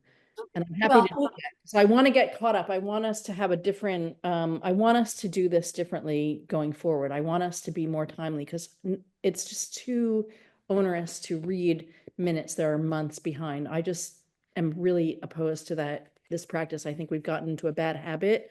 And so I don't want to make a big issue about this, but, going forward. So if someone else wants to, if Nancy Nelson, if you have read them and you can vote with. I want to say that the problem of minutes is not unique to this committee. Oh, no. Commission, and it goes all the way through to the select board, by the way. Minutes are a huge problem for every committee or commission or board in this town. So I think with it is a legal requirement, but if I am really trying to get caught up on what's going on and somebody's meeting at any particular time, I will go to the recordings, which we do. So it's not perfect, but until there's more fulsome staff or more designated people on the committees, commissions, and boards who do the minutes themselves. My husband's chair of a committee, he does the minutes. Hey, I So- point out, I suggested that when I was chair and people roundly said, no No. way. They But said no. Wrong. And I would rather be a little bit more reliant on the expertise of the professionals, I think, who are now doing minutes to help support planning. Is that correct, Dan? Or do you do these? For a while there, they were coming out Right. quickly, no. but they were paid by some outside company. Lately, folks in the department have chipped in. It's partly also because we're having just so many meetings with all of the historic preservation planning. Like the number of meetings has doubled, if not more. Yeah. And as you know, I've also worked for HDC and Right. APC. the Community Preservation Committee as well. So it's, three separate committees, and like you all are doing double time. So it's a Right. lot. Well, I mean, we could, I understand what you haven't, because I have read them. I have read them all the way through, and I appreciate that if you haven't read them, you don't want to vote. So, we could table this till next month. I don't want to do, so I want But to. I've also read them as well. I've read them as well, Melissa. I went through today and read them. Evelyn would them, but I read them. And Yes. And I read them. it's a quickly. personnel issue. We have a personnel issue in town that we just don't have enough people to do all this. Oh, some things are not going to be perfect. Right. And I guess I can deal with that. And I don't want to do minutes myself. Lauren? That would be the worst. Well, you're not going to like what I have to say here, but you know that I was I chaired the historical commission in Belmont for 15 years, and all the committees there, everybody does their own minutes. And what we did was to create a template and to rotate. Yep. That's, And so there were enough members, so that meant you did minutes maybe once a month, once a year, or twice a year. And there was a very clear, template about how to do it. And the key thing is not to do a transcript, right? It's not a transcript of the meeting. It's a record of the major discussions and votes. Votes, yeah. And the votes are what are particularly, important. Any amendments to votes, any changes to anything that's policy related. And you can always go back to the recording if you, lose sight. But it's a lot to ask the staff to do, I think. In addition to day-to-day work, to have to do, I mean, you think about it, HEC, CPC, and CHC, those three committees, and how many times are they meeting a month? With the historic preservation plan, that's been a lot of extra meetings. So, and then when it gets close to town meeting and you've got the Present. coming in for CPC, then things, so it's a lot to ask. Well, I think. let me ask you, does that template still exist? We have one. There's one that the town has. I can send a copy of what I have around it. Pretty well matches what Lauren was talking about. And I think the person who is doing the minutes for planning definitely had a template. And the minutes were like 1 to 3 pages long. Yeah, that's perfect, I 3 think. pages might have been the Can you max. send that to me, Nancy? Can you send that to me? Yes. Because really, you take the agenda, right? You need to Yeah. record And you who's go, present, who the guests are, or who's speaking on behalf of what issue. And you take the agenda, and then you're just recording in bullets, maybe what the tenor of the conversation is, and then and any votes. And then you go to the next topic on the agenda. So, but it and the other thing I'll say is it's always best to do it immediately. Right. yes. Immediately after the meeting, well, everything's fresh, and then to have them reviewed the next meeting. That's always the best That's option. the But main- we're all volunteers, and Anne has got enough work for 3 people. So we're all trying to do the very best we can. But That's right. Well, yeah. I think that's my main concern, is that we just somehow, I don't care how we do it, is just get up to speed so that we are at our meetings approving minutes. It's not, a year before or 6 months, is that at each meeting, we're only approving minutes that were either the month or at most 2 months before. So I really hope that we're just get up to speed to this year, and then going forward, whatever way we decide to do it, then we stick to that. So that, because for me to look at minutes that were 8 months, I keep notes too, but we're all busy, so we don't want to go back and have to find those each. Well, if we keep notes and people keep good notes, they Yep. should make them into minutes, right. perhaps. If you could send that to me, we'll take a look and bring it up at the I'll next send the meeting. We'll template discuss that I it. at the have. next And meeting. Alan, something that's just a simple aid is Zoom does have an AI companion. Yeah. That will summarize conversations and do Right. a lot of it for you. It's not to replace meeting minutes, but it captures a lot of detail that you may overlook, because I used it all the time. I use it like Great idea. every meeting that I had. I recorded every single meeting I had in my work life, and I ran it through the AI, and it generated notes. Sometimes I agreed, sometimes I didn't, but it captured a lot of things, because we all have our own biases and the things that we listen to, confirmation bias. So I hear something that confirms what I believe, but there's a lot of things that maybe I didn't, that a lot of other people were saying, that it picks up on. So, it helped me out from that perspective. That's a great point. Yeah. That's a great Great point. Then maybe it's time to look at AI too, Doug. Yeah, and I mean, it's built right into Zoom. Well, And I could see, yeah, I just saw we it down had- in the bottom menu. And it said, ask the meeting host. So it's something you can try. And if it's useful, then great. If it's not, Yeah, the planning division did try it, and it was so garbled that it really didn't capture what the meeting okay. said. And we were also concerned about public record requests, and we wouldn't want to send something that garbled out Yeah, to no, the for public. sure. We wouldn't want that to become like the official Oh, record. Yeah. interesting. Well, Hmm. maybe at some point, the legal requirement for written minutes will, maybe we can substitute at some point Well, they're not, I mean, like I said, it's not to replace meeting minutes. You No, still need no, human no. intelligence to I'm read it. waiting for But that. you consider it like, a high school student taking notes for you, taking down like all what they thought were the pertinent points that were brought up. And then you've got your own agenda to go through and you could say, oh, what were the things that were said there? It's really good at that. And I thought it was really good too. I mean, and I used it for, summarizing the 169 comments on things that the community thinks that we're doing well.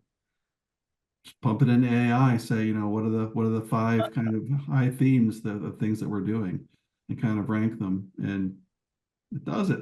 It's great at that stuff. Hmm. Okay. We can look at it. We need to take more pressure off of Ann. And if someone can point me to, if we've got the recordings, I mean, I can play around with some things myself, the recordings and if we have a transcript. Yeah, those are good. Do we have transcripts? Is this also I believe I've seen them, but I won't swear because I haven't used that. I haven't been looking at recordings lately, but Okay. usually it just pops right up. Some more recordings, that's. the transcript, a lot of either these services will do a transcript, and a transcript is, Oh, I'm sorry. Yeah. oh, there we go. It is being transcribed. And are we? Did you just turn that on? I didn't. I'm not sure who Meeting is did. being transcribed. It's listening to you. Just, No just, way. Wow. just popped up. Ask and you shall receive. Yeah. I turned it on. Oh, you There's did. Oh, okay. All right. Thanks, Thank you. Stefan. Yeah, that sort of thing is helpful because it says, it'll capture who says what and when, and then you put the whole thing together, and it's so nice for to kind of back up your meeting notes. There's your AI. Okay. So where do we stand with the minutes? I think there was a motion and there was a second. And I can't vote, so take it away. And I'll vote. Melissa? I mean, I feel comfortable approving them with that, Okay. yeah. And I vote to approve. I have read them, so, Melissa, you're a full member, right? You can vote. Yeah. yeah, So we have it. Yeah, great. Yep. 3. We vote to approve the minutes. But, All right, I think that, I'd be interested to know what it costs to have somebody and do those minutes. That person probably works from recordings. But it'd be interesting to know the cost, not now, because that's a whole nother meeting. But just to keep that in mind, I'd contribute. Right, I can get those numbers. I haven't tracked them myself, but they're in the department. Just in general, yeah, just Yeah. curious. Mhm. is there any other business for tonight? I have a question. We have, I'm not going to name names, and it's just a question. We have some new members who don't seem to be coming to the meetings, and are they talking to you, Alan? I'm just it's just a question about the functionality of how we function as a commission and how coherent we are. Yeah, and actually, I will address that later on, because I have put calls into the members who haven't been present at at our meetings, yes. It's not just the new members. No, either. there's some older members and some newer members, so yes, I'm on top of that. Yeah, I'll have some answers for you. Okay, doke. And it looks like there's a vacancy. Right, one vacancy. Yeah. Know that. How many regular members are you supposed to have? 5 and 5, right? 5 regular and then 5 alternates. Right. As It many. looks like you only have 4 regular members. Hmm, 1, One, 2, 3. Michael, three, Michael Capizzi, Michael, it's 5. right? And then who was it? Polly that who dropped off? Jesse. Beth Van Duzer. Beth, Yeah. Beth, right? Beth. Beth and Jesse. she's dropped out? Yes. Yeah, Right, Yeah. I didn't know that. she's overcommitted. Right. Okay. that's why you That- haven't that seen her. explains my question. That explains my question. I didn't know that. So if you, yeah. We have to stay home. Okay. If there's no other So, business, the meeting is adjourned. good night. Thank you. Thank you. Have a good night. Night, everyone. Thank you. Thank you.